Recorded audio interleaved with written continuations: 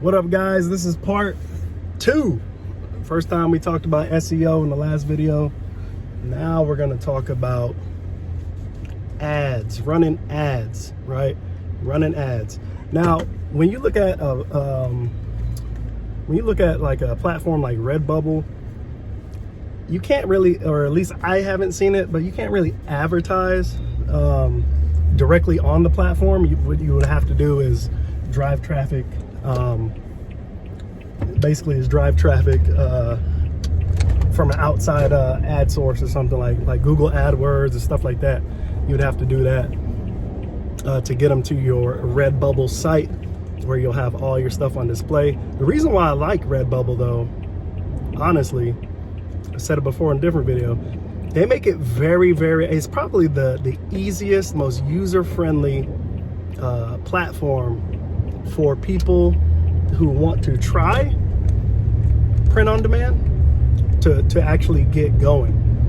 But there's a caveat to that as well.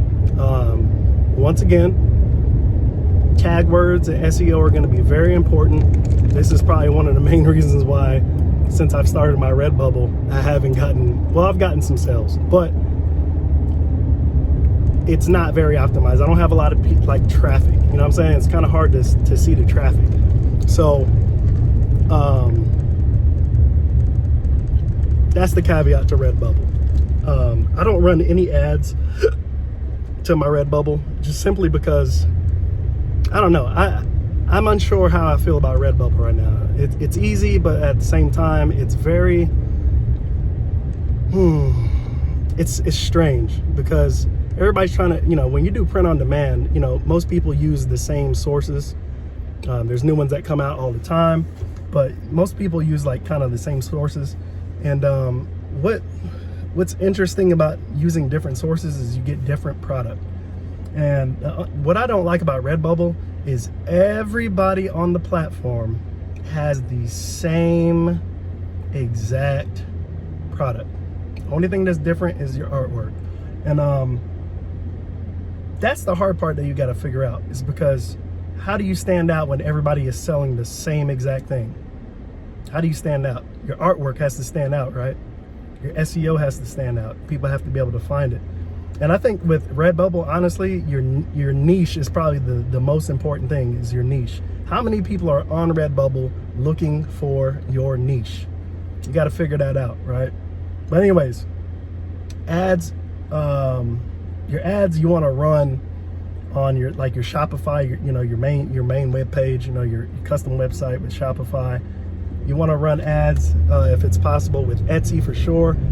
And I've had it, speaking on Etsy, I saw a video, somebody had posted a video, and they were basically saying how they ended up losing so much money on Etsy ads, and they tried every different thing, changing the budget, doing this, all these different things.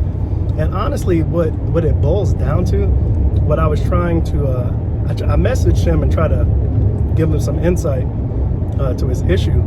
And there was other people that were saying, oh, Etsy ads is a waste of money, blah, blah, blah. And what I will say is this. When it comes to Etsy ads, all those things that we talked about in the last video, your SEO, that's going to play a big part, right? Your SEO. But you don't want high competition keywords as well. You don't want that many of them, because this is what happens with Etsy. And I think it happens with like Google ads and everything else too. The higher the tag word competition means the more you're going to spend for somebody clicking on that ad. Does that make sense? It's a high competition keyword. And this car just came from the far right lane and cut in front of me to turn in the left lane. What I won't say it. What a fucking idiot. I said it. I apologize. Not really. But I will say that when you're running Etsy ads, your competition, the high competition keywords, man, just like YouTube, when you're trying to rank, the last thing you want to do is rank with a high competition keyword. It's good to use it to have one good high competition keyword in there, just in case they sneak you in, what I mean? They sneak you into that front page, that first page, was probably not going to happen. But if you try to rank yourself with lower competition keywords, or keywords that maybe people have not, what are you doing? What is this fucking, oh man, what is this? Whatever.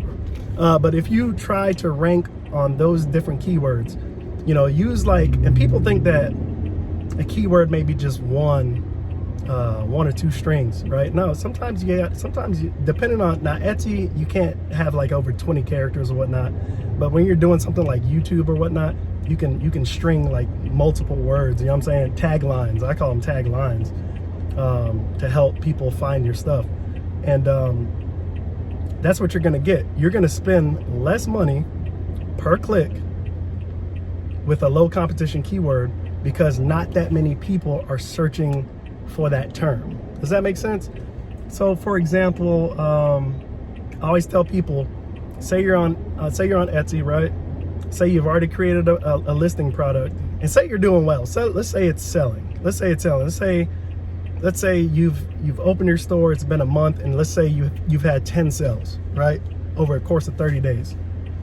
Not bad if you just open your store, right? So after a month, you got 10 sales on this one product. What you need to do now, I would say after about a week of posting your product, or maybe even after a month, I would say maybe a month, I would wait, and I would look at the analytics.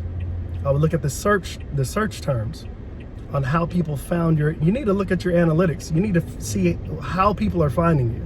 It's the most important thing. If you don't know how they're finding you, then you won't know how to make that product be even more successful, because people are already buying it, and you have no idea how they found you. That's crazy, right? So you got to look at how people are finding you. And different things that you can do is try searching up different terms. You know what I mean? Try searching up different terms without using the same keyword. So for example, if your keyword, or if your shirt, you have a gorilla shirt, if your main keyword is going to be gorilla, okay, well, what are some other things, what are some other keywords or taglines, keyword tags that you can use that's not necessarily directly related to the word gorilla? All right, how can people find you based on the tag words that you've used? So you had to put at least a minimum or a maximum of 13 keywords. You need to now find out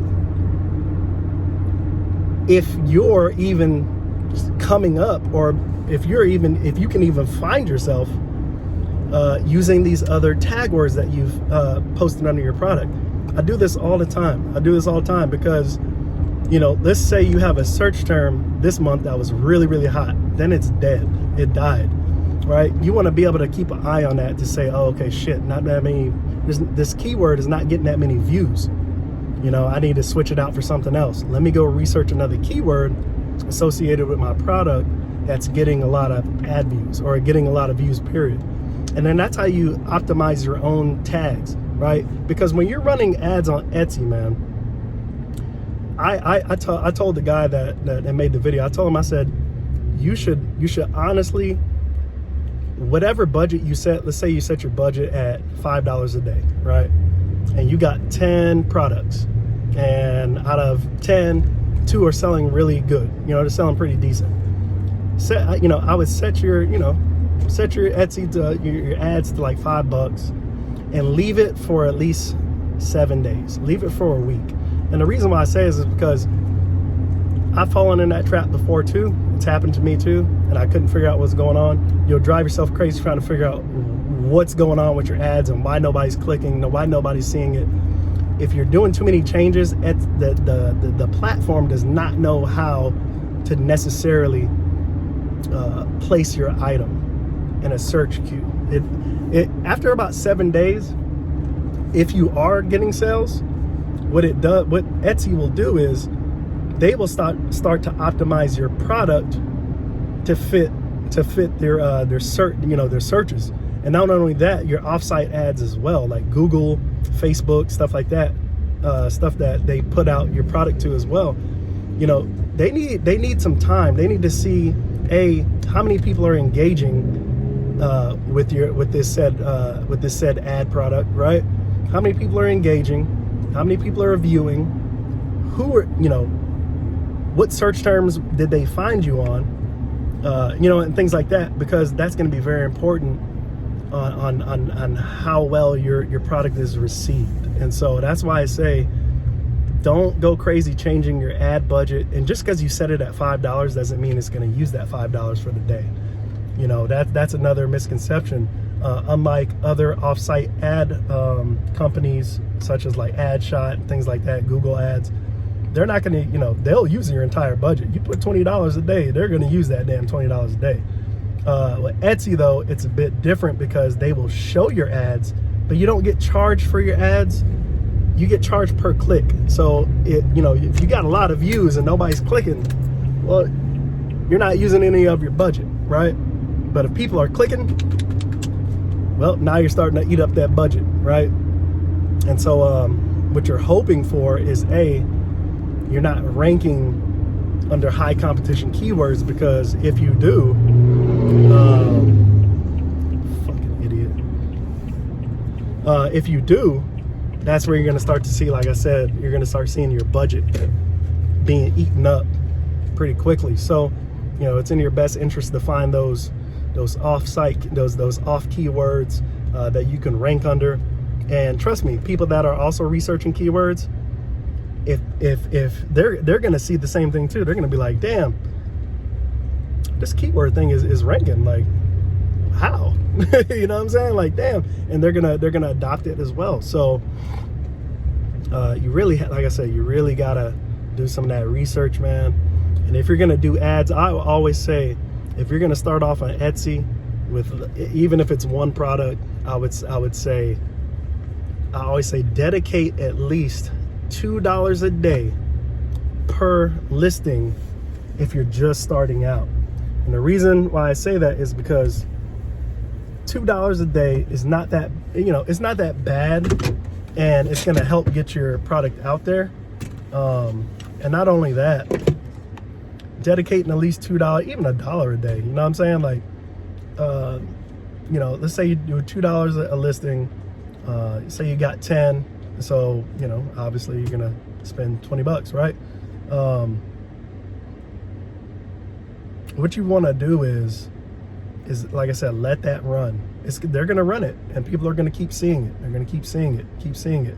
The more listings you have, the more that gets put out there. But the downside to that is that the more listings you have, the quicker your budget gets eaten up, if that makes any sense. But yeah, you need to do that because it's going to give you some good ground and actually getting started. When I first started with Etsy, literally, like I said, I started doing $1 a day. No lie, $1 a day, $30 a month. I swear to God, just started doing $1 a day, $1 a day. And I would say this, incentivize, or it's hard to incentivize, but highly encourage your customers to leave a review. Everybody looks at reviews. People make purchases based on reviews. I know, because I'm one of them. Any product that I buy, I look at it, damn, that's what I need. I think that's what I need. And then I scroll straight down and start looking at the reviews, because I want to see what people actually have to say about it. All right?